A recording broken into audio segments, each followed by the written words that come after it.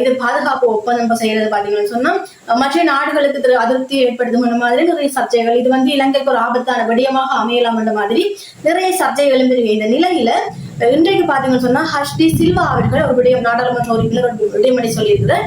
இந்த விடயம், அதாவது இந்த ஒப்பந்தம் தொடர்பாக, பாதுகாப்பு ஒப்பந்தம் தொடர்பாக எதிர்வருகிற செவ்வாய்க்கிழமை 8ஆம் தேதி நடக்க போகின்ற நாடாளுமன்ற அமர்வில் தாங்கள் கேள்வி எழுப்ப உள்ளதாக சொல்லி இருக்கின்றார். ஏன்னு சொன்னா தாங்கள் இந்த ஒப்பந்தங்களுக்கு எதிரானவர்கள் அல்ல, ஆனால் இந்த பாதுகாப்பு ஒப்பந்தம் தொடர்பான எந்தவித ஒரு கருத்துக்களுமே தங்கள்கிட்ட கேட்கல, அது பற்றின ஒரு விடயங்களுமே எங்களுக்கு தெரியாது, அந்த பாதுகாப்பு ஒப்பந்தத்துல என்ன விஷயங்கள் உள்வாங்கப்பட்டிருக்கிறேன்னு சொல்லியுமே எங்களுக்கு தெரியாது. ஆகவே நாங்க அதை பற்றி கேட்க போறோம். இந்த ஒப்பந்தம் தொடர்பாக அறியறதுக்காக மக்களுக்கும் உரிமை இருக்கு, ஆக நாங்க அதை பற்றி கேட்க போறோம் என்று சொல்லி இருக்கின்ற.